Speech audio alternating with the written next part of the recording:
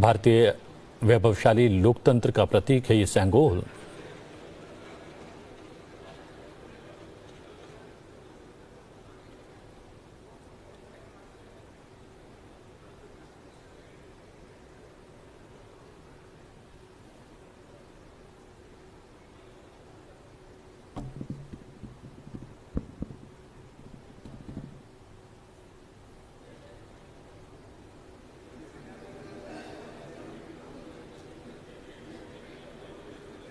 जी हाँ, ये संसद भवन का अहाता जगमगाता हुआ प्रकाश से प्रकाशमान।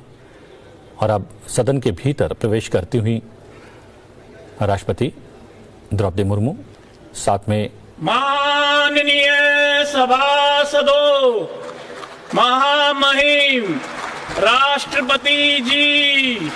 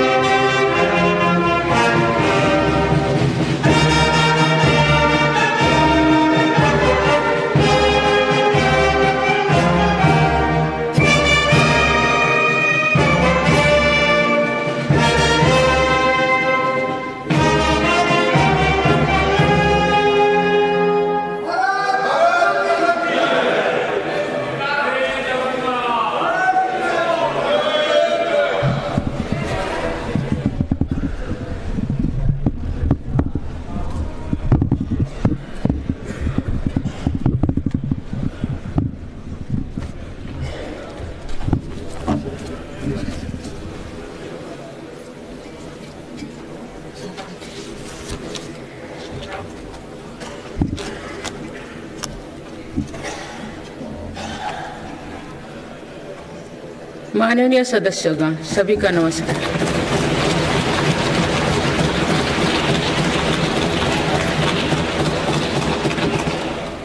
इस नए सदन भवन में ये मेरा पहला संबोधन है। आज की अमृतकाल की शुरुआत में ये भव्य भवन बना है।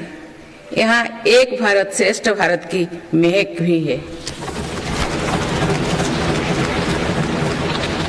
भारत की सभ्यता और संस्कृति की चेतना भी है। इसमें हमारी लोकतांत्रिक और संसदीय परंपराओं के सम्मान का प्रण भी है। साथ ही 21वीं सदी के नए भारत के लिए नई परंपराओं के निर्माण का संकल्प भी है। मुझे पूरा विश्वास है कि इस नए भवन में नीतियों पर सार्थक संवाद होगा। ऐसी नीतियां जो आजादी के अमृत काल में विकसित भारत का निर्माण करेगी। मैं आप सभी को अपनी शुभकामनाएं देती हूँ। माननीय सदस्यगण, ये हमारे संविधान के लागू होने का भी 75वां वर्षगांठ है। इसी कालखंड में आजादी के 75 वर्षों का उत्सव अमृत महोत्सव भी संपन्न हुआ है। इस दौरान देश भर में अनेक कार्यक्रम हुए। देश ने अपने गुमनाम स्वतंत्रता सेनानियों को याद किया।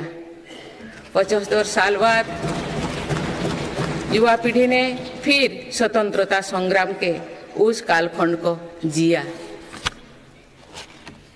इस उत्सव के दौरान मेरी माटी मेरा देश अभियान के तहत देश भर के हर गांव की मिट्टी के साथ अमृत कलश दिल्ली लाया गया। 2 लाख से ज्यादा शिला फलकों स्थापित किए गए। 3 करोड़ से ज्यादा लोगों ने 5 प्राणों की शपथ ली। 70,000 से ज्यादा अमृत सरोवर बने। 2 लाख से ज्यादा अमृत वाटिकाओं का निर्माण हुआ। 2 करोड़ से ज्यादा पेड़ पौधे लगाया गया। 16 करोड़ से ज्यादा लोगों ने तिरंगा के साथ सेल्फी अपलोड की। अमृत उत्सव के दौरान ही कर्तव्य पथ पर नेताजी सुभाष चंद्र बोस की प्रतिमा स्थापित की गई। राजधानी दिल्ली में देश के अब तक के सभी प्रधानमंत्रियों की समर्पित म्यूजियम खोला गया। शांति निकेतन और होयबला मंदिर वर्ल्ड हेरिटेज लिस्ट में शामिल हुई। साहिबजादों की याद में वीरवाल दिवस घोषित हुआ। भगवान बिरसा मुंडा के जन्म दिवस को जनजातीय गौरव दिवस घोषित किया गया। विभाजन की विभीषिका को याद करते हुए 14 अगस्त को विभाजन विभीषिका स्मृति दिवस घोषित किया गया। माननीय सदस्यगण, बीता वर्ष भारत के लिए ऐतिहासिक उपलब्धियों से भरा रहा है। इस दौरान देशवासियों का गौरव बढ़ाने वाले अनेक पल आए। दुनिया में गंभीर संकटों के बीच भारत सबसे तेजी से विकसित होती बड़ी अर्थव्यवस्था बना। लगातार 2 क्वार्टर से भारत की विकास दर 7.5% से ऊपर रही है। भारत चंद्रमा के दक्षिण ध्रुव पर झंडा फहराने वाला पहला देश बना। भारत ने सफलता के साथ आदित्य मिशन लॉन्च किया। धरती से 15 लाख किलोमीटर दूर अपनी सैटेलाइट पहुंचाई। ऐतिहासिक G20 सम्मेलन के सफलता ने पूरे विश्व में भारत की भूमिका को सशक्त किया। भारत ने एशियाई खेलों में पहली बार 100 से अधिक मेडल जीते। पारा एशियाई खेलों में भी 100 से अधिक मेडल जीते। भारत को अपना सबसे बड़ा समुद्री पुल अटल सेतु मिला। भारत को अपनी पहली नमो भारत ट्रेन तथा पहली अमृत भारत ट्रेन मिली। भारत दुनिया से सबसे तेजी से 5G रोल आउट करने वाला देश बना। भारतीय एयरलाइंस कंपनी ने दुनिया की सबसे बड़ी एयरक्राफ्ट डील की। पिछले साल ही मेरी सरकार ने मिशन मोड में लाखों युवाओं की सरकारी नौकरी दी है।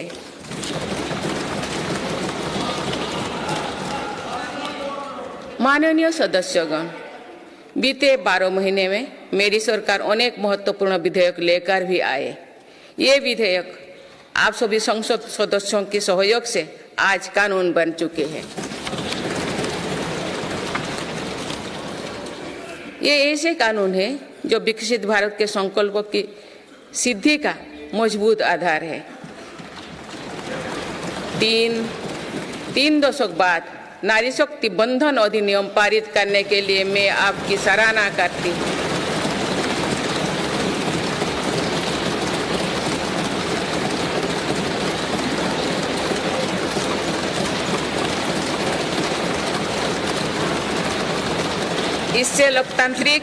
इससे लोकसभा और विधानसभा के महिलाओं की ज्यादा भागीदारी सुनिश्चित हुई है। ये वुमेन लीड डेवलपमेंट के मेरी सरकार के संकल्प को मजबूत करता है। रिफॉर्म, परफॉर्म और ट्रांसफॉर्म के अपने कमिटमेंट को मेरी सरकार ने लगातार जारी रखा है। गुलामी के कालखंड में प्रेरित क्रिमिनल जस्टिस सिस्टम अब इतिहास हो गया है। आप दंड को नहीं अपितु न्याय को प्राथमिकता है। न्याय सर्वोपरि के सिद्धांतों पर नई न्याय संहिता देश को मिली है। डिजिटल पर्सनल डेटा प्रोटेक्शन अधिनियम से डिजिटल स्पेस और सुरक्षित होने वाला है।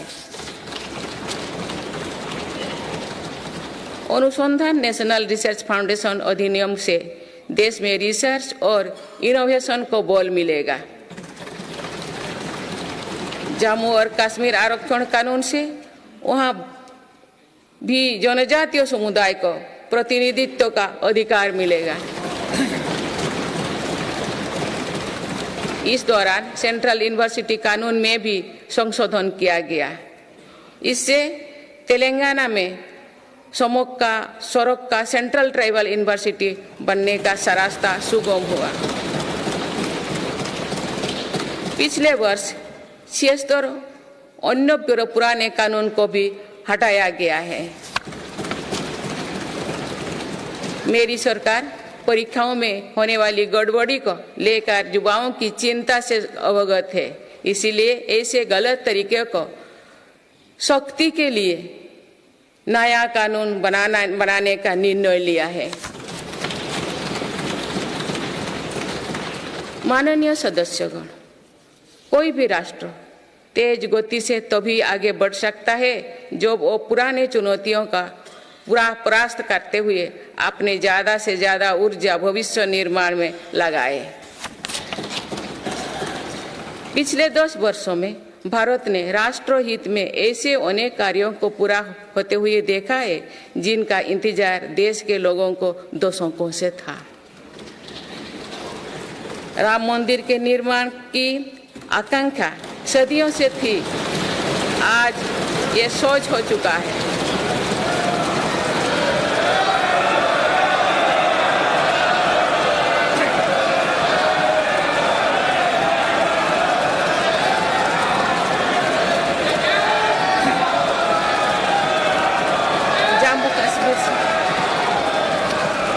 जम्मू कश्मीर से आर्टिकल 370 हटाने को लेकर शंकाएं थी, आज वो इतिहास हो चुकी है। इसी संसद ने 3 तलाक के विरुद्ध कड़ा कानून बनाया है।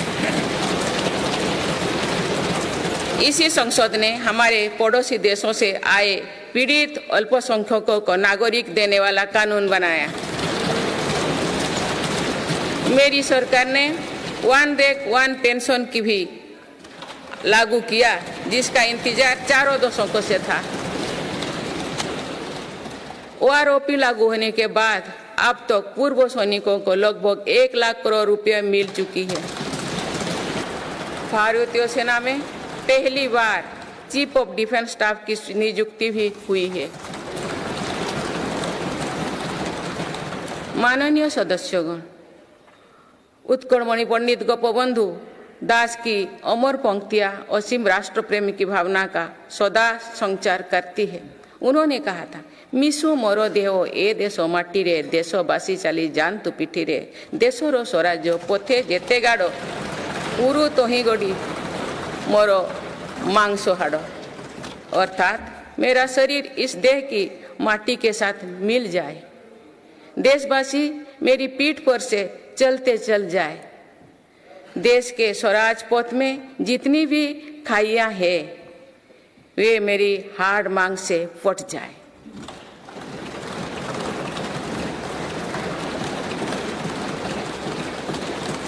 इन पंक्तियों में हमें कर्तव्यों की पराकाष्ठा दिखती है, राष्ट्र सर्वोपरि का आदर्श दिखाई देता है। ये उपलब्धियां जो आज देख रही है वो बीते 10 वर्षों की साधना का विस्तार है। हमें सभी बचपन से गरीबी हटाओ के नारे सुनते आ रहे हैं। अब हम जीवन में पहली बार बड़े पैमाने पर गरीबी को दूर होने देख रहे हैं। नीति आयोग के अनुसार मेरी सरकार के एक दशक के कार्यकाल में करीब 25 करोड़ देशवासी गरीबी से बाहर निकले हैं।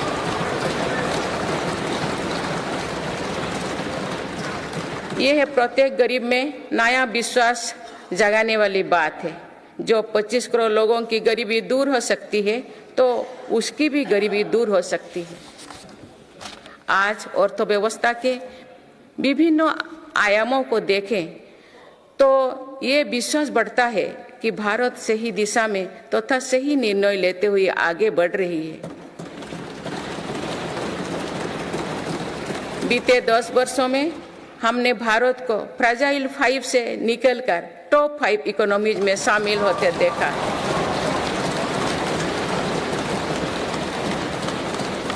भारत का निर्यात करीब $450 बिलियन से बढ़कर $775 बिलियन से अधिक हो गया है। पहले की तुलना में एफडीआई द्विगुना हुआ है। खादी और ग्रामोद्योग के उत्पादों की बिक्री में 4 गुना से अधिक की वृद्धि हुई है। आईटीआर फाइल करने वाले की संख्या करीब 3.25 करोड़ से बढ़कर लगभग 8.25 करोड़ हो चुकी है और बढ़ोतरी 2 गुना से भी कहीं अधिक है। एक दशक पहले देश में केवल कुछ 100 स्टार्टअप थे जो आज बढ़कर 1 लाख से अधिक हो गया। साल में 94,000 कंपनियां रजिस्टर हुई थी। पिछले वर्ष ये संख्या 1,60,000 तक पहुंच चुके। दिसंबर 2017 में 98 लाख से लोग जीएसटी देते थे। आज इनकी संख्या 1,40,00,000 है। 2014 से पहले के 10 वर्षों में लगभग 13 करोड़ वाहन बिके थे। पिछले 10 वर्षों में देशवासियों ने 21 करोड़ से अधिक वाहन खरीदे हैं। 2014-15 में लगभग 2000 इलेक्ट्रिक वाहन बिके थे, जबकि 2023-24 में दिसंबर माह तक ही लगभग 15 लाख इलेक्ट्रिक वाहन बिक चुके हैं। माननीय सदस्यगण, बीते दशक में मेरी सरकार ने सुशासन और पारदर्शिता को हर व्यवस्था का मुख्य आधार बनाया है। इसी का परिणाम है कि हम बड़े आर्थिक सुधारों के साक्षी बने हैं। इस दौरान देश को इंसॉल्वेंसी एंड बैंकरप्सी कोड मिला है। देश को जीएसटी के रूप में एक देश एक टैक्स कानून मिला है। मेरी सरकार ने माइक्रो इकोनॉमिक स्टेबिलिटी में भी सुनिश्चित की है। 10 वर्षों में कैपेक्स 5 गुना बढ़कर 10 लाख करोड़ हो गया है। साथ ही फिजिकल डेफिसिट भी नियंत्रण भी में है। आज हमारे फॉरेक्स रिजर्व्स $600 अरब से ज्यादा है। हमारे बैंकिंग सिस्टम जो पहले बुरी तरह से चरमराया था, वो आज दुनिया के सबसे मजबूत बैंकिंग सिस्टम में से एक बना है। बैंक का एनपीए जो कभी डबल डिजिट में होता था, वो आज लगभग 4% ही है। मेक इन इंडिया और आत्मनिर्भर भारत अभियान हमारी ताकत बन चुकी है। भारत आज दुनिया का दूसरा सबसे बड़ा मोबाइल फोन निर्माता है। पिछले एक दशक के दौरान मोबाइल फोन मैन्युफैक्चरिंग में 5 गुना बढ़ोतरी हुई है। कुछ साल पहले भारत खिलौना आयात करता था, आज मेड इन इंडिया खिलौने निर्यात कर रहा है। भारत का डिफेंस प्रोडक्शन 1 लाख करोड़ रुपए के पार पहुंच चुका है। आज हर भारतीय देश में बने एयरक्राफ्ट कैरियर आईएनएस विक्रांत को देखकर गर्व से भरा हुआ है। लड़ाकू विमान तेजस अब हमारी वायुसेना की ताकत बन रहे हैं। C295 ट्रांसपोर्ट एयरक्राफ्ट का निर्माण भारत में होने जा रहा है। आधुनिक एयरक्राफ्ट इंजन भी भारत में बनाया जाएगा। उत्तर प्रदेश और तमिलनाडु में डिफेंस कॉरिडोर का विकास हो रहा है। मेरी सरकार ने डिफेंस सेक्टर में निजी क्षेत्रों की भागीदारी सुनिश्चित की है। स्पेस सेक्टर को भी हमारी सरकार ने युवा स्टार्टअप्स के लिए खोल दिया है।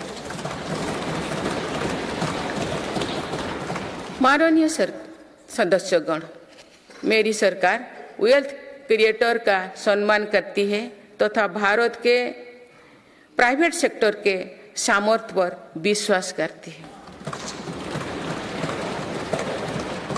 भारत में बिजनेस करना आसान हो, इसके लिए उपयुक्त माहौल रहे, इस पर भी मेरी सरकार लगातार काम कर रही है। ईज ऑफ डूइंग बिजनेस में लगातार सुधार हो रहा है। बीते कुछ वर्षों में 40,000 से ज्यादा कॉम्प्लायंस को हटाया जा या सरल किया गया है। कंपनीज एक्ट तथा लिमिटेड लायबिलिटी पार्टनरशिप एक्ट में 63 प्रावधानों को अपराध की सूची में बाहर किया गया है।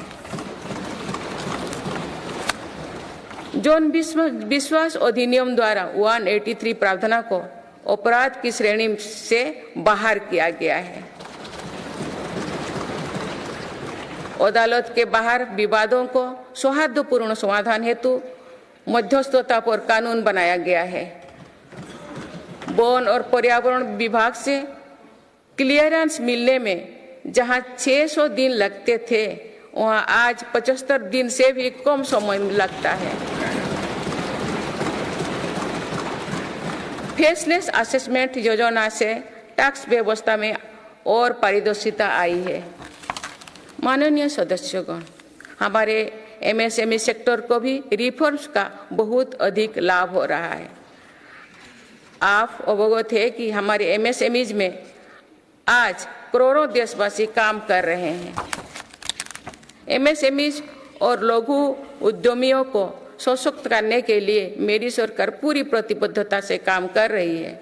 एमएसएमई की परिभाषा का विस्तार किया गया है। नई परिभाषा में निवेश और टर्नओवर को समाहित किया गया है। आज उद्यम और उद्यम असिस्ट पोर्टल और लगभग 3.5 करोड़ एमएसएमई रजिस्टर्ड है। बीते वर्षों में एमएसएमईज के लिए क्रेडिट गारंटी स्कीम के तहत करीब 5 लाख करोड़ की गारंटी स्वीकृति किए गए। ये 2014 से पहले के दशक से 6 गुना अधिक है। माननीय सदस्यगण, मेरी सरकार का एक और बड़ा रिफॉर्म डिजिटल इंडिया का निर्माण है। डिजिटल इंडिया ने भारत में जीवन और बिजनेस दोनों को बहुत आसान बना दिया है। आज पूरी दुनिया मानती है कि ये भारत की बहुत बड़ी उपलब्धि है। विकसित देशों में भी भारत ऐसा डिजिटल सिस्टम नहीं है। गांव में भी सामान्य खरीद बिक्री डिजिटल तरीके से होगी, ये कुछ लोगों की कल्पना से भी परे था। आज दुनिया के कुल रियल टाइम डिजिटल लेन देन का 46% भारत में होता है।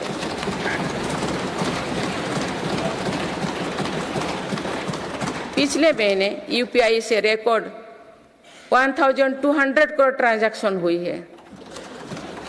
इसके तहत 18 लाख करोड़ रुपया का रिकॉर्ड लेन देन हुआ है। दुनिया के दूसरे देश भी आज यूपीआई से ट्रांजैक्शन की सुविधा दे रही है।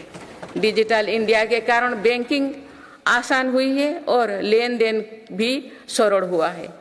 जनधन आधार मोबाइल की त्रिशक्ति से भ्रष्टाचार पर लगाम लगने में मदद मिली है।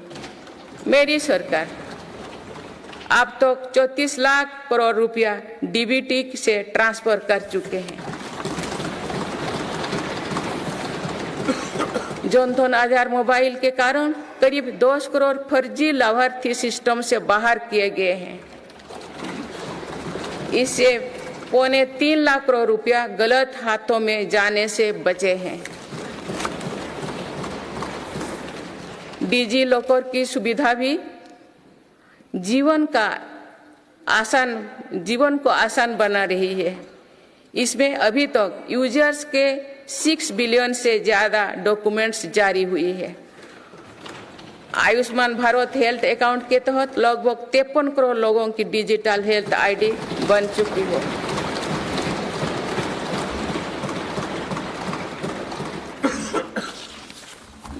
माननीय सदस्यगण, डिजिटल के साथ साथ फिजिकल इंफ्रास्ट्रक्चर पर भी रिकॉर्ड निवेश हुई है। आज भारत में ऐसा इंफ्रास्ट्रक्चर बन रहा है जिसका सपना हर भारतीय देखता था। पिछले 10 वर्षों के दौरान गांवों में 4.25 लाख किलोमीटर नई सड़कें बने हुए हैं। नेशनल हाईवे की लंबाई 90,000 किलोमीटर से बढ़कर 1,40,000 किलोमीटर हुई है। 4 लेन नेशनल हाईवे की लंबाई 2.5 गुना बढ़ी है।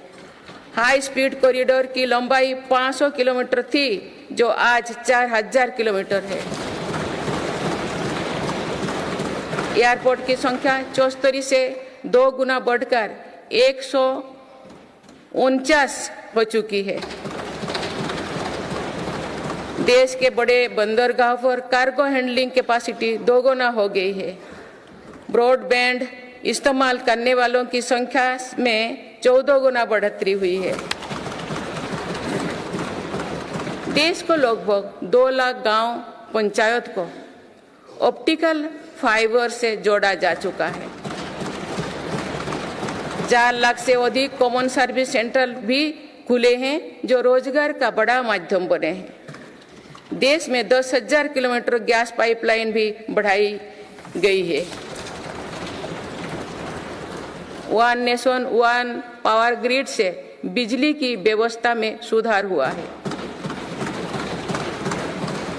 One nation one gas grid से गैस आधारित अर्थव्यवस्था को बल मिल रहा है। सिर्फ 5 शहरों तक सीमित मेट्रो की सुविधा आज 20 शहरों में है। 25,000 किलोमीटर से ज्यादा रेलवे ट्रैक बिछाई गई। ये कोई विकसित देश के कुल रेलवे ट्रैक की लंबाई से भी ज्यादा है। भारत रेलवे के 100% इलेक्ट्रिफिकेशन के बहुत निकट है। इस दौरान भारत में पहली बार सेमी हाई स्पीड ट्रेन शुरू हुई है। आज 39 से ज्यादा रोड्स पर वंदे भारत ट्रेन चल रही है। अमृत भारत स्टेशन योजना के तहत 1,300 से ज्यादा रेलवे स्टेशनों का कायाकल्प हो रहा है। माननीय सदस्यगण, मेरी सरकार मानती है कि विकसित भारत की भव्य इमारत 4 मजबूत स्तंभों पर खड़ी होगी। ये स्तंभ है युवा शक्ति, नारी शक्ति, किसान और गरीब।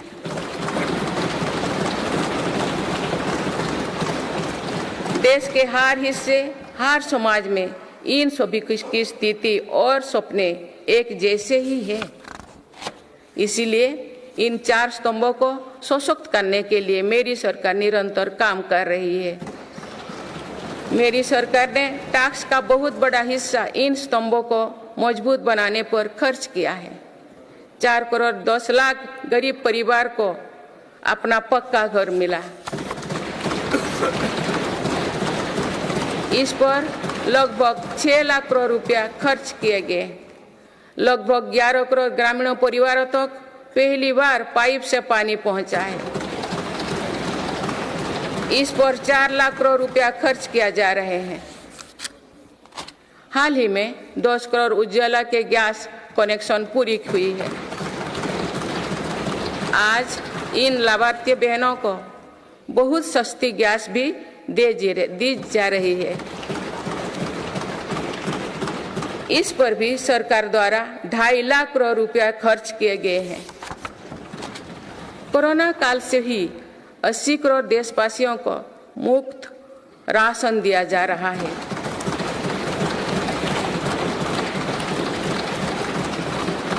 अब इसे आने वाले 5 वर्षों के लिए आगे बढ़ाया गया है।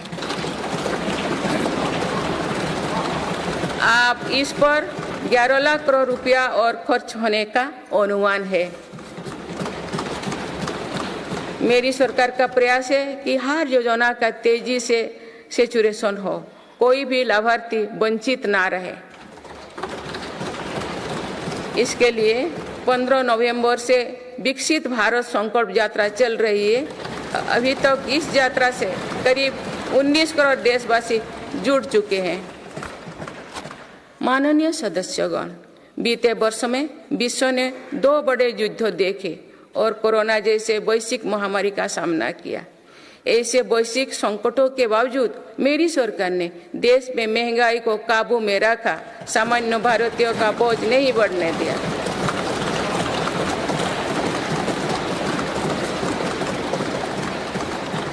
दो 2014 से पहले के 10 वर्षों में औसत महंगाई दर 8% से अधिक थी।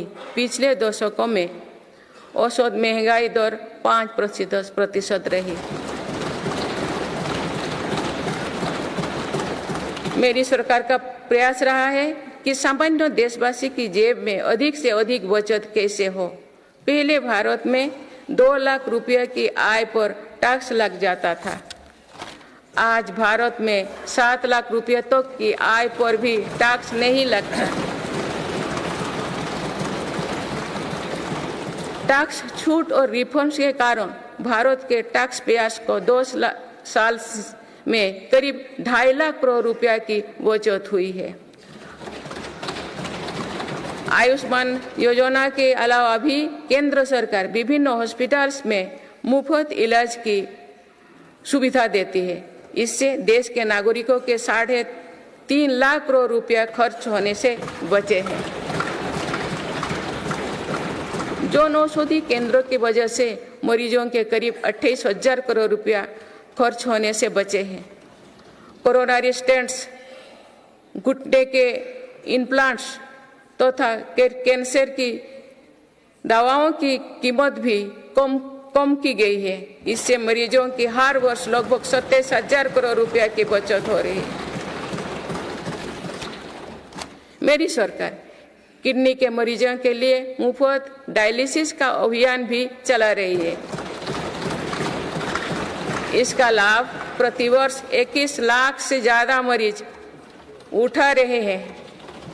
इसके प्रतिवर्ष इन 1 लाख रुपया खर्च होने से बचे हैं। गरीबों को सस्ता राशन मिलता रहे, इसके लिए मेरी सरकार ने पिछले दशक में करीब 20 लाख करोड़ रुपया खर्च किए हैं। भारतीय रेल में यात्रा के लिए रेलवे प्रत्येक टिकट पर करीब 50% डिस्काउंट देते हैं। इससे गरीब और मध्यम वर्ग के यात्रियों को हर वर्ष 60,000 करोड़ रुपया की बचत होती है। गरीब और मध्यम वर्ग को कम कीमत पर हवाई टिकट मिल रहे हैं। उड़ान योजना के अंतर्गत गरीब और मध्यम वर्गों को हवाई टिकटों पर 3,000 करोड़ रुपया से ज्यादा की बचत हुई है। LED बल्ब की योजना के कारण बिजली के बिलों में 20,000 करोड़ रुपया में अधिक बचत हुई है। जीवन ज्योति बीमा योजना और सुरक्षा बीमा योजना के तहत गरीबों को 16,000 करोड़ रुपया से ज्यादा की क्लेम राशि मिली है।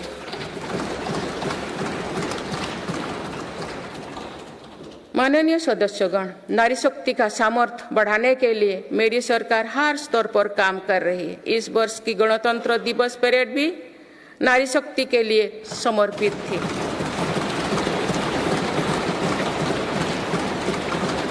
इस परेड में दुनिया ने हमारी बेटियों के सामर्थ्य की झलक देखी।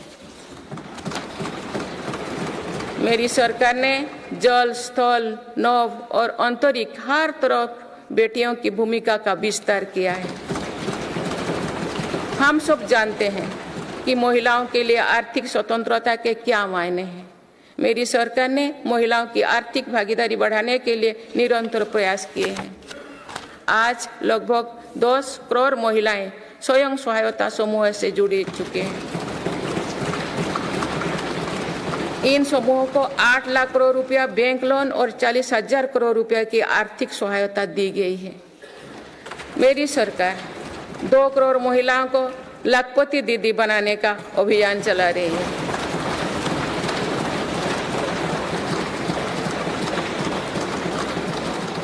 नमो ड्रोन दीदी योजना के तहत समूहों को 15,000 ड्रोन उपलब्ध कराए जा रहे हैं। मातृत्व अवकाश 12 सप्ताह से बढ़ाकर 26 सप्ताह करने से देश की लाखों महिलाओं को बहुत मदद मिली है। मेरी सरकार ने महिलाओं की पहली बार सशस्त्र बलों में परमानेंट कमीशन दिया गया है। पहली बार सैनिक स्कूलों और राष्ट्रीय रक्षा अकादमी में महिला कैडेट्स के प्रवेश दिया गया है। आज महिलाएं फाइटर पायलट भी है और नौसेना के जहाज को भी पहली बार कमांड कर रहे हैं। मुद्रा योजना के तहत जो 40 करोड़ से ज्यादा लोन दिए गए हैं, उनमें करीब 31 करोड़ से ज्यादा लोन महिलाओं को मिली है। इस योजना से लाभ लेकर करोड़ों महिलाओं ने स्वरोजगार शुरू किए हैं।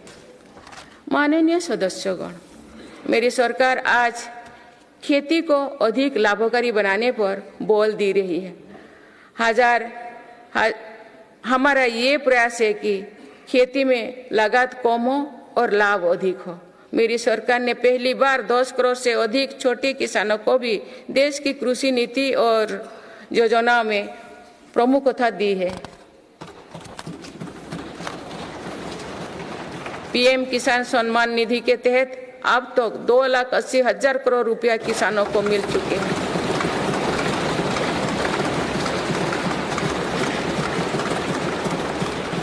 दो सालों में किसानों के लिए बैंक से आसान लोन में 3 गुना वृद्धि की गई है। प्रधानमंत्री फसल बीमा योजना के तहत किसानों ने 30,000 करोड़ रुपया प्रीमियम भरा। इसके बदले उन्हें 1.5 लाख करोड़ रुपए का क्लेम मिला है। पिछले 10 वर्षों में लगभग 18 लाख करोड़ रुपया MSP के रूप में धान और गेहूं की खेती करने वाले किसानों को मिले हैं। ये 2014 से पहले के 2 सालों की तुलना में 2.5 गुना अधिक है।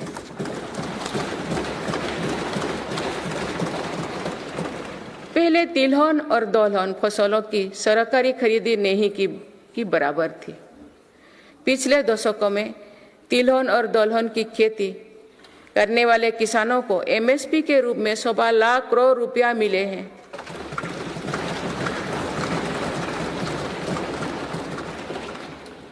ये मेरी ही सरकार है जिसने पहली बार देश में कृषि निर्यात नीति बनाई है।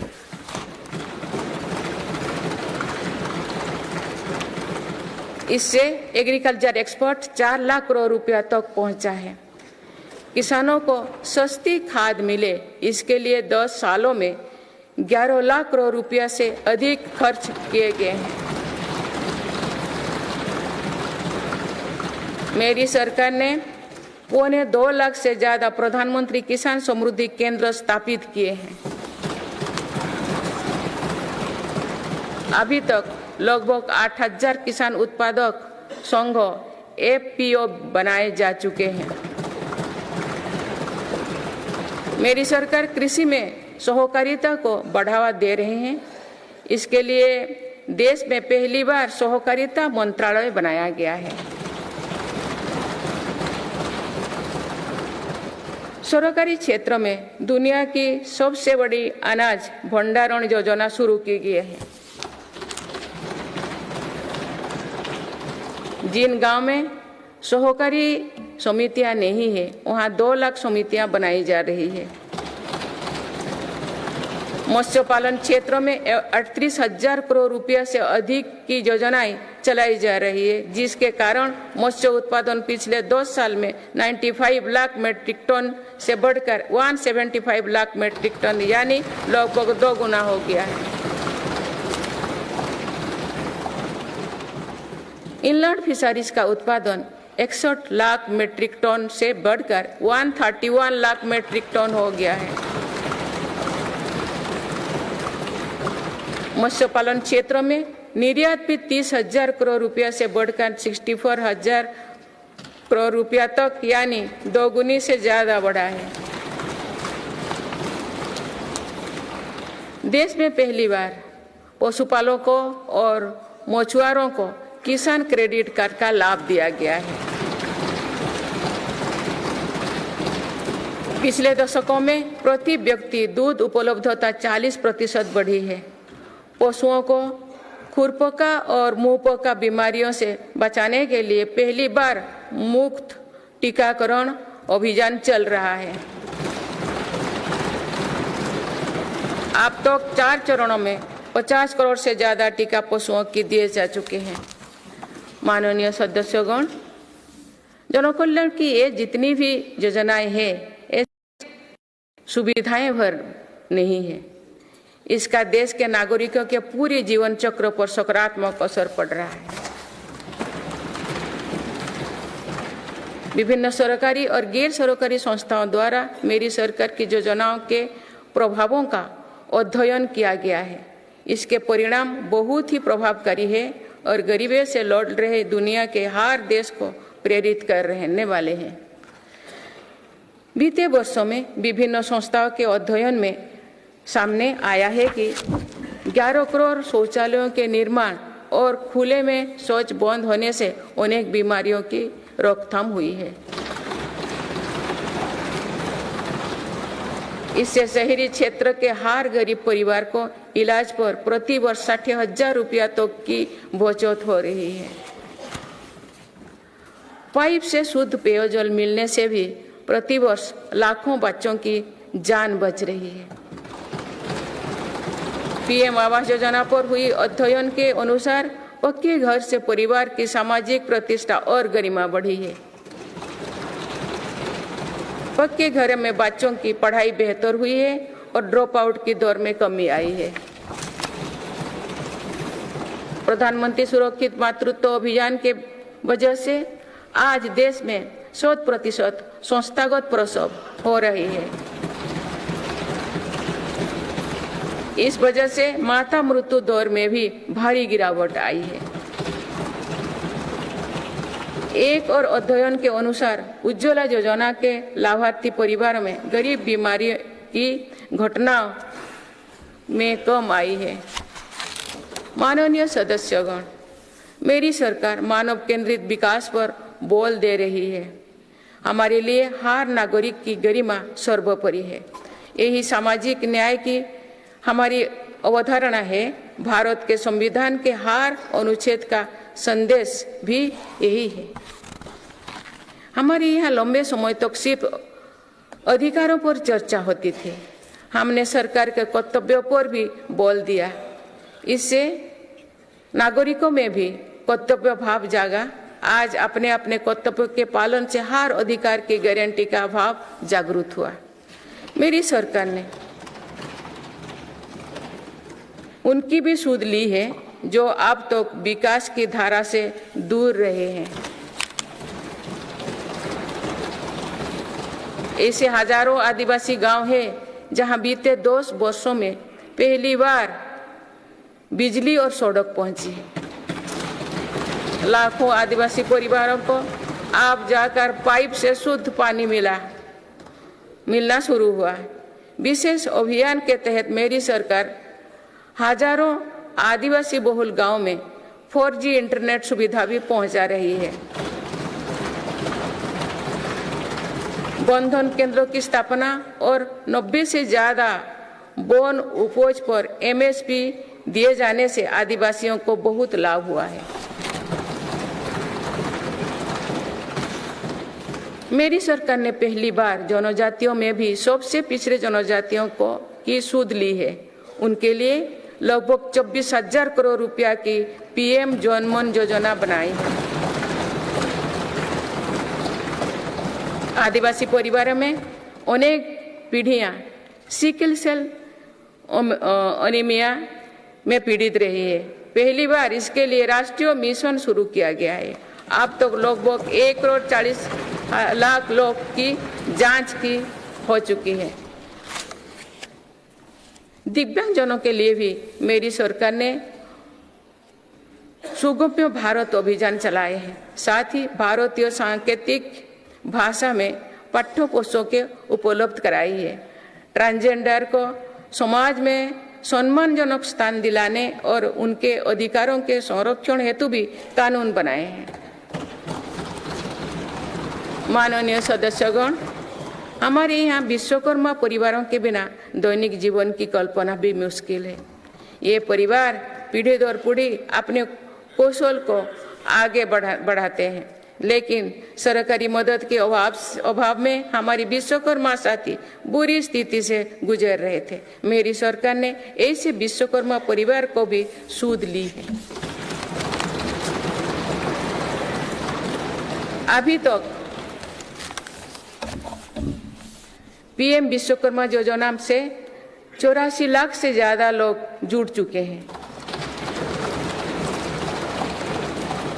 रेहड़ी ठेले फुटपाथ पर काम करने वाले साथी भी दशकों से अपने हाल पर छोड़ दिए गए थे। मेरी सरकार ने PM स्वनिधि योजना द्वारा उनको बैंकिंग से जोड़ा। इस योजना के तहत अब तक 10,000 करोड़ रुपया से अधिक की राशि के ऋण दिया जा चुका है।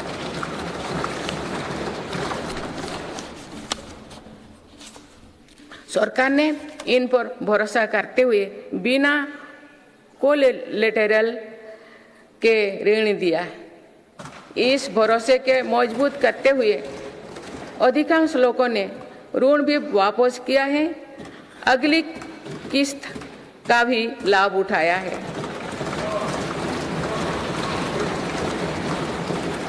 इस योजना के अधिकतर लाभार्थी दलित, पिछड़े, आदिवासी और महिलाएं हैं। माननीय सदस्यगण, सबका साथ, सबका विकास, सबका विश्वास और सबका प्रयास के मंत्र पर चल रही मेरी सरकार समाज के हर वर्ग को उचित अवसर देने में जुटी है। पहली बार सामान्य वर्ग के गरीबों को आरक्षण की सुविधा दी गई है।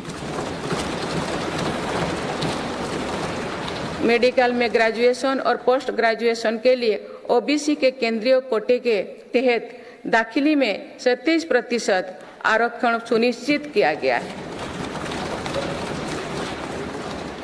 राष्ट्रीय पिछड़ा बोर्ड आयोग को संवैधानिक दर्जा दिया गया है। मेरी सरकार ने बाबा साहेब आम्बेडकर से जुड़े 5 स्थानों को पंचतीर्थ के रूप में विकसित किया। आज देश भर में आदिवासी स्वतंत्रता सेनानियों के लिए समर्पित 10 संग्रहालय बनाया जा रहा है।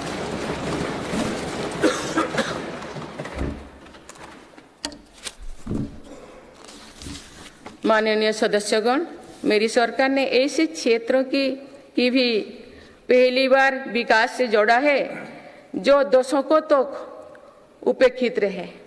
हमारी सीमाओं से सटे गांवों को देश का अंतिम गांव माना जाता था। मेरी सरकार ने उन्हें देश का पहला गांव बनाया है।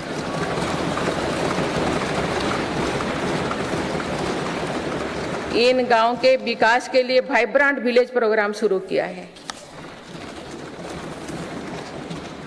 अंडमान निकोबार और लक्षद्वीप जैसे हमारे दूर सुदूर के द्वीप समूह भी विकास से वंचित थे। मेरी सरकार ने इन द्वीपों में भी आधुनिक सुविधाओं का निर्माण किया। वहां सड़क, हवाई यातायात और तेज इंटरनेट की सुविधाएं पहुंचाई। कुछ सप्ताह पूर्व ही लक्षद्वीप को भी अंडर वाटर ऑप्टिकल फाइबर से जोड़ा गया है। इससे स्थानीय लोगों के साथ ही पर्यटकों को भी सुविधा होगी। मेरी सरकार द्वारा आकांक्षा जिला कार्यक्रम के तहत देश के 100 से अधिक जिलों में विकास का प्राथमिकता दी गई है। इस कार्यक्रम की सफलता को देखते हुए मेरी सरकार ने आकांक्षा ब्लॉक कार्यक्रम भी शुरू किया है। इससे देश के उन ब्लॉक्स में विकास पर विशेष जोर दिया जा रहा है जो पीछे छूट गए हैं। माननीय सदस्यगण, मेरी सरकार आज पूरी सीमा पर मॉडर्न इंफ्रास्ट्रक्चर बना रही है। एक काम बहुत पहले ही प्राथमिकता के आधार पर हो जाना चाहिए था।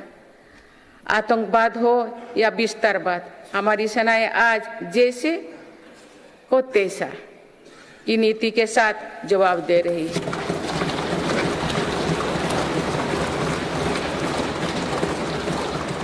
आंतरिक शांति के लिए मेरी सरकार के प्रयासों के सार्थक परिणाम हमारे सामने हैं। जम्मू कश्मीर में आज सुरक्षा का वातावरण है। आज वहां हड़ताल का सन्नाटा नहीं, भीड़ भरे बाजार की चहल पहल है। नॉर्थ ईस्ट में अलगाववाद की घटना में भारी कमी आई है। अनेक संगठनों ने स्थायी शांति के तरफ कदम बढ़ाए हैं। नक्सलवाद से प्रभावित क्षेत्र घटे हैं और नक्सली हिंसा में भी भारी गिरावट हुई है। माननीय सदस्यगण, भारत के लिए ये समय आने वाली सदियों का भविष्य लिखने का है। हमारे पूर्वजों ने हजारों वर्षों की एक विरासत हमारे लिए छोड़ी है। अपने पूर्वजों की सौगातों का आज भी हम बड़े गौरव के साथ याद करते हैं। आज की पीढ़ी को भी ऐसा विरासत बनानी है जो सदियों तक याद रखी जाए।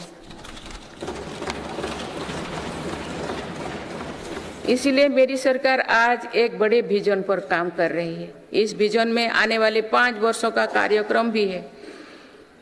इसमें आने वाले 25 साल का रोड मैप भी है।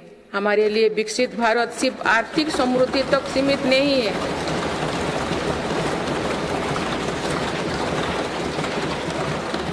हमारे लिए विकास भारत सिर्फ आर्थिक समृद्धि तक सीमित नहीं है। हम सामाजिक, सांस्कृतिक और सामरिक ताकत को भी उतना ही महत्व देते हैं।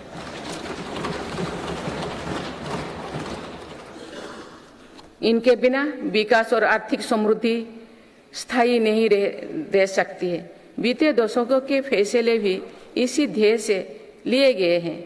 आज भी अनेक कदम इसी लक्ष्य के साथ उठाया जा रहे हैं। माननीय सदस्यगण, भारत के तेज विकास को लेकर आज दुनिया की हर एजेंसी आश्वस्त है। राष्ट्रीय और अंतर्राष्ट्रीय एजेंसी जो भी आकलन कर रहे हैं, उनका आधार भारत की नीतियां हैं। इंफ्रास्ट्रक्चर में रिकॉर्ड निवेश और पॉलिसी रिफॉर्म निवेशकों का विश्वास और बढ़ा रहा है। पूर्ण बहुमत वाली स्थिर और मजबूत सरकार के लिए भारतीयों का संकल्प भी दुनिया को नया भरोसा दे रहे हैं।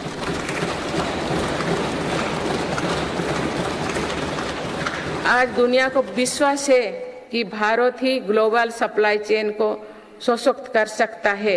इसीलिए भारत भी आज इसके लिए बड़े कदम उठा रहे हैं। देश में एमएसएमई का एक मजबूत नेटवर्क बनाया जा रहा है। मेरी सरकार ने 14 सेक्टर्स के लिए PLI योजनाएं शुरू किए हैं। इसके तहत अभी तक लगभग 9 लाख करोड़ रुपया का उत्पादन हो चुका है। इससे देश में रोजगार और स्वरोजगार के लाखों नए अवसर बने हैं। PLI से इलेक्ट्रॉनिक्स, फार्मा, फूड प्रोसेसिंग और मेडिकल डिवाइस के सेक्टर में भी लाभ हो रहा है। मेडिकल डिवाइस से जुड़े दर्जनों प्रोजेक्ट्स में उत्पादन शुरू हो चुका है। मेरी सरकार ने देश में 3 बल्क ड्रग पार्क भी बनाए हैं। माननीय सदस्यगण, आज मेड इन इंडिया एक ग्लोबल ब्रांड बन चुका है। मेक इन इंडिया को लेकर आज दुनिया आकर्षित हो रही है। आत्मनिर्भर भारत के लक्ष्यों को दुनिया समझ रही है। आज दुनिया भर की कंपनियां भारत में नए सेक्टर्स को लेकर उत्साहित है। सेमीकंडक्टर सेक्टर में हो रहा निवेश इसका उदाहरण है। सेमीकंडक्टर सेक्टर से इलेक्ट्रॉनिक्स और ऑटोमोबाइल सेक्टर को भी बहुत लाभ होगा। मेरी सरकार आज ग्रीन मोबिलिटी को बहुत प्रोत्साहित दे रही है। बीते कुछ सालों में ही देश में लाखों इलेक्ट्रिक वाहनों का निर्माण हुआ है। अब तो हम भारत में ही बड़े हवाई जहाज की मैन्युफैक्चरिंग के लिए भी कदम बढ़ा चुके हैं। आने वाले समय में मैन्युफैक्चरिंग सेक्टर्स में करोड़ों नए रोजगारों का सृजन होगा। माननीय सदस्यगण, विश्व में आज ऐसे उत्पादों को विशेष मांग है जो पर्यावरण के अनुकूल है। इसलिए मेरी सरकार जीरो इफेक्ट जीरो डिफेक्ट पर बल दे रही है। आज ग्रीन एनर्जी पर हमारा बहुत फोकस है। 10 वर्षों में नॉन फॉसिल फ्यूल पर आधारित ऊर्जा क्षमता 81 गीगावाट से बढ़कर 188 गीगावाट हो चुके हैं। इस दौरान सोलर पावर कैपेसिटी में 26 गुना बढ़ोतरी हुई है। इसी तरह विंड पावर कैपेसिटी 2 गुनी हो चुकी है। रिन्यूएबल एनर्जी इंस्टॉल कैपेसिटी की दृष्टि से हम दुनिया में 4थे नंबर पर हैं। विंड पावर कैपेसिटी में भी हम 4थे नंबर पर हैं। सोलर पावर कैपेसिटी में हम 5वें नंबर पर हैं। भारत में 2030 तक अपनी स्थापित क्षमता का 50% नॉन फॉसिल फ्यूल में से भरा करने का लक्ष्य रखा है। बीते 10 वर्षों में 11 नए सोलर पार्क बन चुके हैं। 9 सोलर पार्क्स पर आज काम चल रहा है। कुछ दिन पहले ही घर की छत पर सोलर एनर्जी उपलब्ध कराने के लिए एक नई योजना घोषित की गई है।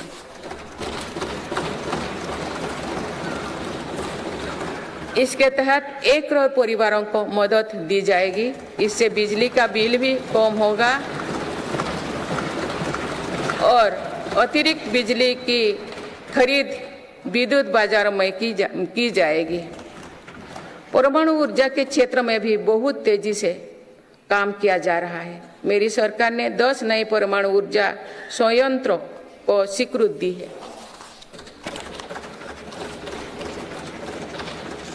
हाइड्रोजन एनर्जी के क्षेत्र में भी भारत तेज गति से आगे बढ़ रहा है। हम अभी तक लद्दाख और दमन दीव में 2 प्रोजेक्ट शुरू कर चुके हैं। मेरी सरकार ने इथेनॉल के क्षेत्र में अभूतपूर्व काम किया है। देश 12% इथेनॉल ब्लेंडिंग का लक्ष्य हासिल कर चुका है। बहुत ही जल्द 20% इथेनॉल ब्लेंडिंग का टारगेट भी पूरा होने वाला है। इससे हमारे किसानों की आय बढ़ेगी। अभी तक सरकारी कंपनियां 1 लाख करोड़ रुपया से ज्यादा का इथेनॉल खरीद चुकी हैं। इन सारे प्रयासों से अपनी ऊर्जा जरूरतों के लिए विदेशों पर निर्भरता कम होगी। कुछ दिन पहले ही बंगाल की खाड़ी में एक नया ब्लॉक में तेल उत्पादन शुरू हुआ है। ये देश के लिए एक बड़ी सफलता है। माननीय सदस्यगण, धरती पर महत्वपूर्ण खनिजों की मात्रा सीमित है, इसीलिए मेरी सरकार सर्कुलर इकोनॉमी को प्रोत्साहित कर रही है। भारत की पहली व्हीकल स्क्रैपेज पॉलिसी का लक्ष्य भी है। गहरे समुद्रों में खनिजों की संभावनाओं को तलाशना भी जरूरी है। इसी लक्ष्य के साथ डीप ओशन मिशन शुरू किया है। इस मिशन में अपने समुद्री जनजीवन के बारे में हमारी समझ भी बेहतर होगी। भारत का समुद्रयान इस क्षेत्र में शोध कर रहा है। मेरी सरकार भारत को दुनिया की एक बड़ी स्पेस पावर बनाने में जुटे हैं। ये मानव जीवन को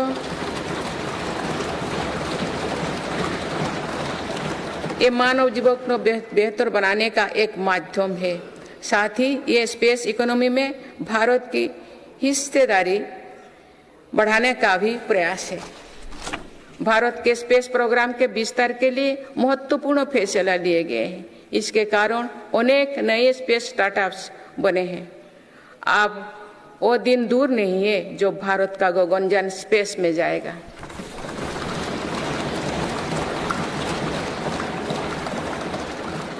माननीय सदस्यगण, मेरी सरकार ने भारत को दुनिया के अग्रणी डिजिटल इकोनॉमीज में से एक बनाया है। इससे करोड़ों युवाओं को रोजगार मिला है। हमारा प्रयास है कि चौथी औद्योगिक क्रांति में भारत दुनिया में सबसे आगे रहे। मेरी सरकार आर्टिफिशियल इंटेलिजेंस मिशन पर काम कर रही है। ये भारत के युवाओं को नए अवसर देगा। ये नए स्टार्टअप्स के लिए संभावनाएं खोलेगा। इससे कृषि, स्वास्थ्य और शिक्षा के क्षेत्र में क्रांतिकारी बदलाव आएगी। मेरी सरकार ने नेशनल क्वांटम मिशन भी स्वीकृत किया है। क्वांटम कंप्यूटिंग नए दौर की डिजिटल व्यवस्था बनाएगा। इस क्षेत्र में भारत आगे रहे, इसके लिए काम शुरू हो चुके हैं। माननीय सदस्यगण, मेरी सरकार भारत की युवा शक्ति की शिक्षा और कौशल विकास के लिए निरंतर नए कदम उठा रही है। इसके लिए नई राष्ट्रीय शिक्षा नीति बनाई गई और उसे तेजी से लागू किया जा रहा है। राष्ट्रीय शिक्षा नीति में मातृभाषा और भारतीय भाषाओं में शिक्षा पर बल दिया गया है। इंजीनियरिंग, मेडिकल, कानून जैसे विषयों की पढ़ाई भारतीय भाषा में प्रारंभ कर दी गई है।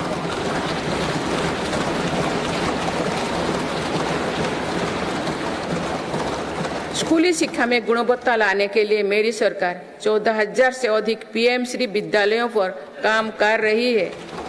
इनमें से 6,000 से अधिक विद्यालय शुरू हो चुके हैं। मेरी सरकार के प्रयासों से देश में ड्रॉप आउट रेट कम हुआ है।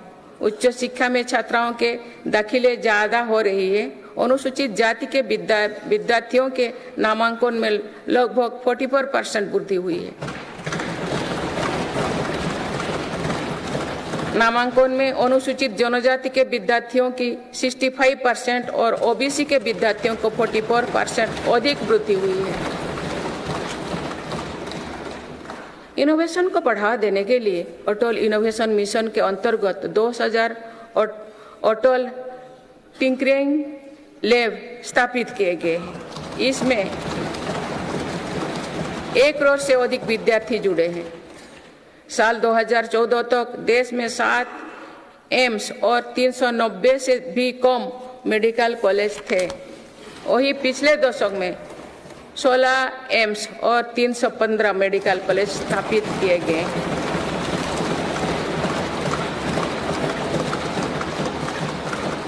एक 157 नर्सिंग कॉलेज स्थापित किए जा रहे हैं। पिछले दशक में एमबीबीएस की सीटों में 2 गुना से भी अधिक की वृद्धि हुई है।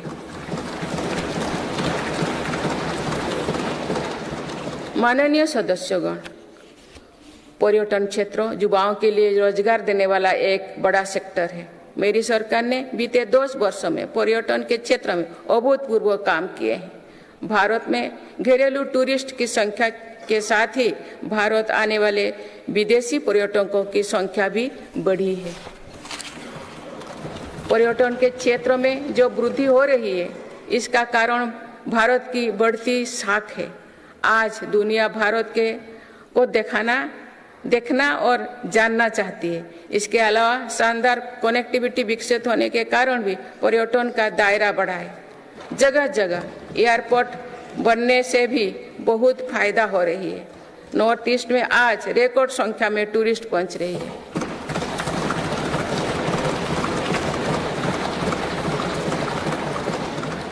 अंडमान निकोबार और लक्षद्वीप को लेकर उत्साह चरम पर है। मेरी सरकार ने देश भर में तीर्थ और ऐतिहासिक स्थलों के विकास पर बल दिया है।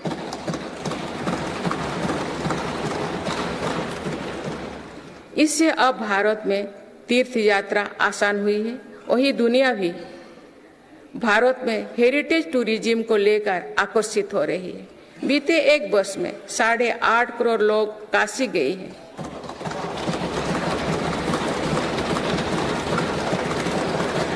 पाँच करोड़ से अधिक लोगों ने महाकाल के दर्शन किए हैं।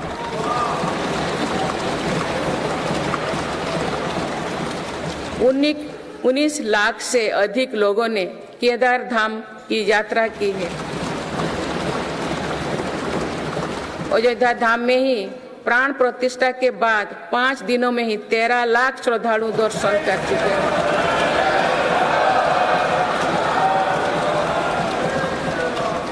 पूर्व पश्चिम उत्तर दक्षिण भारत के हर हिस्से में तीर्थ स्थलों पर सुविधाओं का अभूतपूर्व विस्तार हो रहा है। मेरी सरकार भारत को मीटिंग और प्रदर्शनी से जुड़े सेक्टर में भी अग्रणी बनाना चाहती है।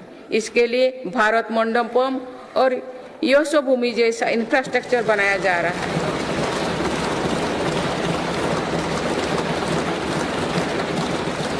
आने वाले समय में टूरिज्म रोजगार का एक बहुत बड़ा माध्यम बनेगा।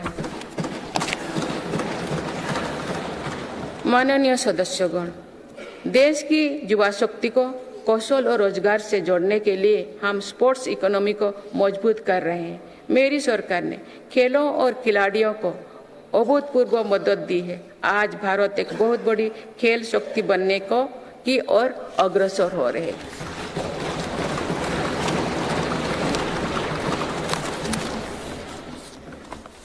खिलाड़ियों के साथ ही आज हम स्पोर्ट्स से जुड़े दूसरे क्षेत्रों पर भी बल दे रहे हैं। आज नेशनल स्पोर्ट्स यूनिवर्सिटी बन चुकी है।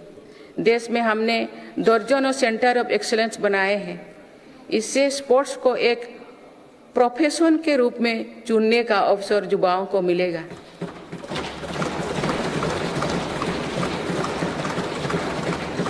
खेल उपकरण से जुड़ी इंडस्ट्री को भी हर प्रकार की मदद दी जा रही है। बीते 10 वर्षों में भारत ने अनेक खेलों से जुड़े इंटरनेशनल स्पोर्ट्स इवेंट्स का शानदार आयोजन किया। देश के युवाओं में कर्तव्यबोध और सेवा भाव का विस्तार करने के लिए मेरा युवा भारत संगठन बनाया गया है। अभी तक इस संगठन से लगभग 1 करोड़ युवा जुड़ चुके हैं। माननीय सदस्यगण, संक्रमण काल में एक मजबूत सरकार होने का क्या मतलब होता है, ये हमने देखा है। बीते 3 वर्षों से पूरी दुनिया में उथल पुथल मची हुई है। दुनिया के अलग अलग हिस्सों में दरार पड़ गए हैं। इस कठिन दौर में मेरी सरकार ने भारत को विश्व मित्रों के रूप में स्थापित किया है।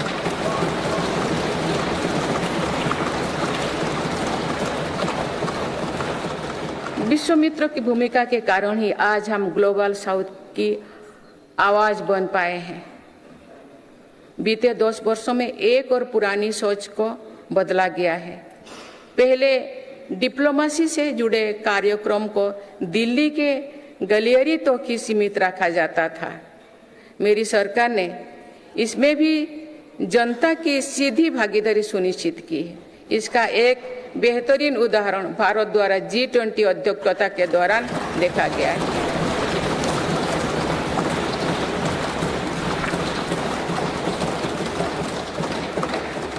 भारत ने G20 को जिस प्रकार जनता से जोड़ा, वैसा पहले कभी नहीं था। देश भर में हुए कार्यक्रम के जरिए भारत के वास्तविक सामर्थ्य से दुनिया का परिचय हुआ। जम्मू कश्मीर और नॉर्थ ईस्ट में पहली बार इतने बड़े अंतर्राष्ट्रीय कार्यक्रम हुए।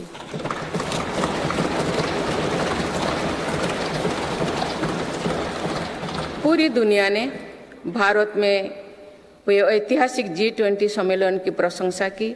ऐसे बंटे हुए माहौलों में भी एक मत से दिल्ली घोषणा पत्र जारी होना ऐतिहासिक है। वुमेन लेड डेवलपमेंट से लेकर पर्यावरण के मुद्दों पर भारत का विजन दिल्ली घोषणा पत्र की नींव बना है। हमारे प्रयासों से G20 में अफ्रीकन यूनियन के स्थायी सदस्यता को भी सराहा गया है। इसी सम्मेलन के दौरान Bharat middle east Europe corridor के निर्माण की घोषणा हुई है। ये कॉरिडोर भारत के सामुद्रिक सामर्थ्यों को और सशक्त करेगा। ग्लोबल बायोफ्यूल अलायंस का लॉन्च होना भी बहुत बड़ी घटना है। इस प्रकार के कदम वैश्विक समस्याओं के समाधान में भारत की भूमिका का विस्तार कर रहे हैं। माननीय सदस्यगण, मेरी सरकार ने वैश्विक विवादों और संघर्षों के इस दौरे में भी भारत के हितों को मजबूती से दुनिया के सामने रखा है। भारत की विदेश नीति का दायरा आज अतीत की विदेशों से कहीं आगे बढ़ चुका है।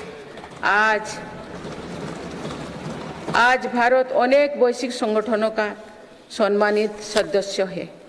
आज आतंकवाद के खिलाफ भारत दुनिया के एक प्रमुख आवाज है।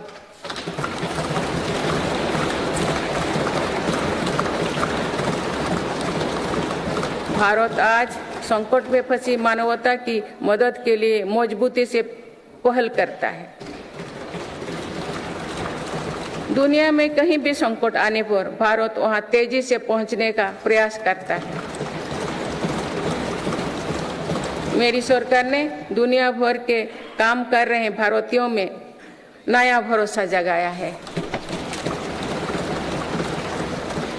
ऑपरेशनल गंगा, ऑपरेशनल कावेरी और वंदे भारत जैसे अभियान चलाकर जहां जहां संकट आया वहां से हर भारतीयों को हम तेजी से सुरक्षित वापस लेकर आए।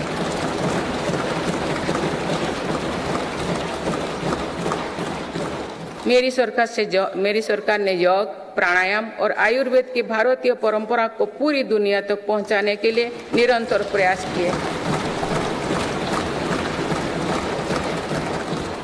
पिछले वर्ष संयुक्त राष्ट्र संघ के मुख्यालय में 135 देशों की प्रतिनिधित्व ने एक साथ योग किया।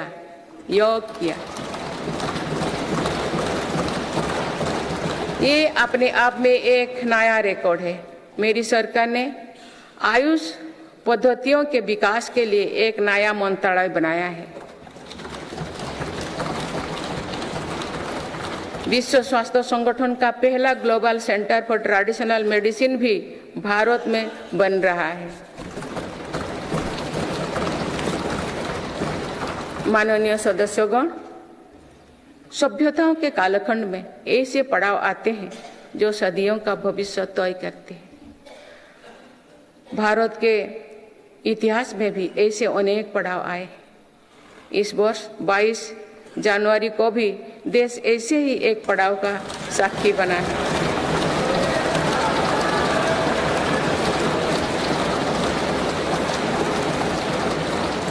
सदियों की प्रतीक्षा के बाद अयोध्या में रामलला अपने भव्य मंदिर में विराजमान।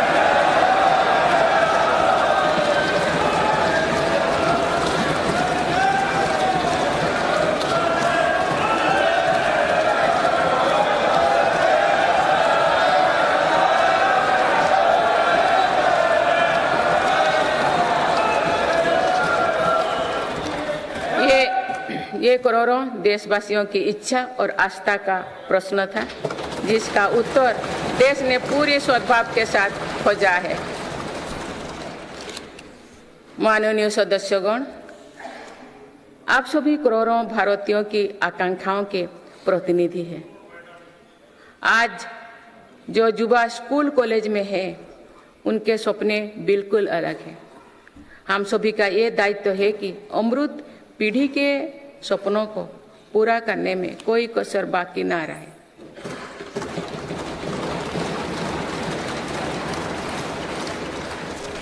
विकसित भारत हमारी अमृत पीढ़ी के सपनों को साकार करेगा।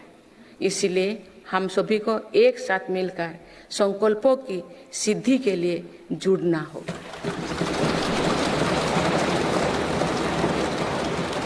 माननीय अटल जी, माननीय सदस्यगण, श्रद्धेय अटल जी ने कहा था, अपनी ध्येय यात्रा में हम कभी रुके नहीं है।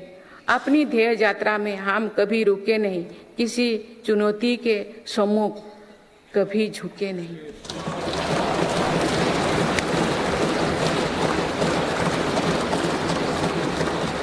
मेरी सरकार 140 करोड़ देशवासियों के सपनों को पूरा करने की गारंटी के साथ आगे बढ़ रही है। मुझे पूरा विश्वास है कि ये नया संसद भवन भारत की ध्येय यात्रा को निरंतर ऊर्जा देता रहेगा, नई और स्वस्थ परंपरा बनाएगा। वर्ष 2047 को देखने के लिए अपने साथी तो इस सदन में नहीं होंगे, लेकिन हमारी विरासत ऐसे होनी चाहिए कि तब की पीढ़ी हमें याद रखे।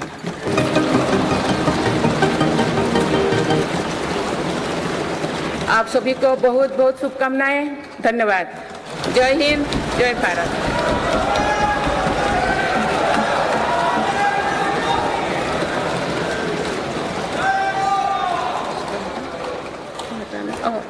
आपको पढ़ना है।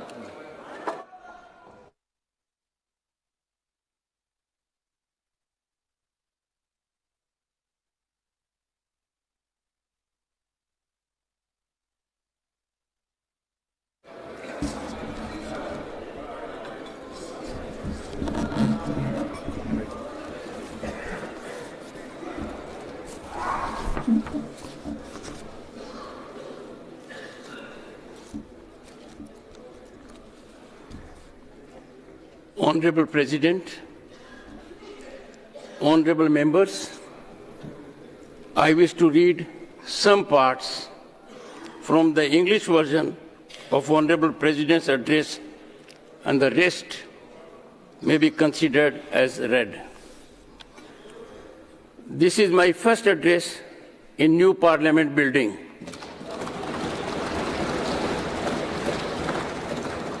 This magnificent building has been constructed at the beginning of Azadi Ka Amrit Kaal. I am confident that this new building will be witness to productive dialogue on policies that will shape the development of Viksit Bharat, the Amrit Kaal of our independence. I extend my best wishes to all of you. Honorable members, this year is also the 75th year of adoption of our Constitution. It was during the Amrit Mahotsav that a statue of Netaji Subhash Chandra Bose was installed on Kartavya Path. Veer Bal Divas was declared in the memory of Sahibzade. Birth anniversary of Bhagwan Birsa Munda was declared as Janjatiya Gaurav Divas. India became the first country to hoist its flag on the southern pole of the moon. India got its largest sea bridge, the Atal Setu. India got its first Namo Bharat train and the first Amrit Bharat train. I appreciate all of you for having enacted the Nari Shakti Vandan Adhiniyam after a wait of 3 decades. This has paved the way for ensuring greater participation of women in the Lok Sabha and legislative assemblies. The criminal justice system rooted in the era of slavery is now history. Honorable members, for centuries there was an aspiration to construct the Ram Mandir. Today it is a reality. There were doubts regarding the removal of Article 370 from Jammu and Kashmir. Those are now history.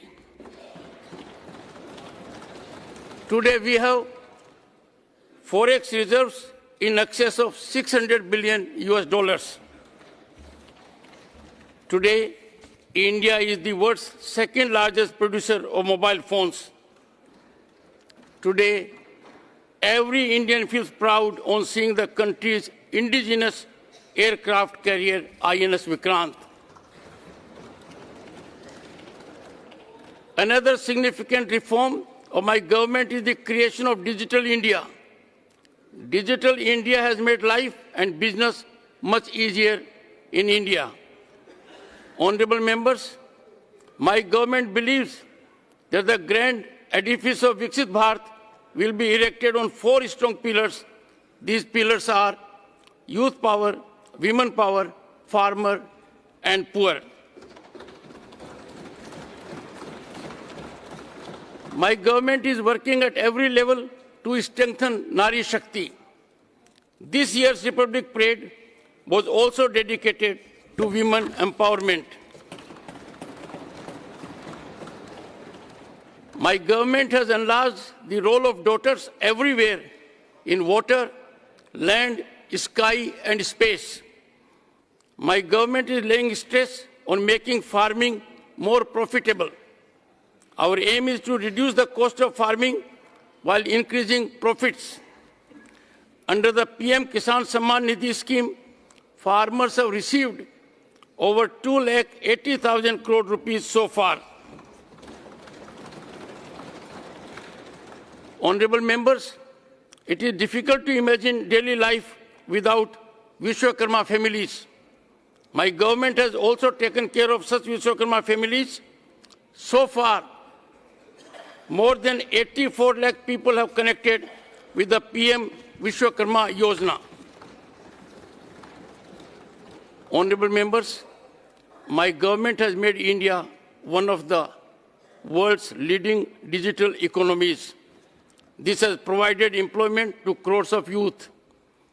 My government is continuously taking new initiatives for the education and skill development of India's youth. For this, a new national education policy was framed and is being implemented rapidly. My government also wants to make India a leading destination for meetings and exhibitions related sectors. For this, facilities like Bharat Mandapam, Yashobhumi have been created. In near future, tourism will become a major source of employment. Honorable members, the way India connected G20 with the public was unprecedented. The whole world appreciated the historic G20 summit held in India. Even in this era of global disputes and conflicts, my government has firmly placed India's interests before the world. There come junctures in the history of civilizations which shape the future of coming centuries. This year, on January 22, the country witnessed a similar epochal moment.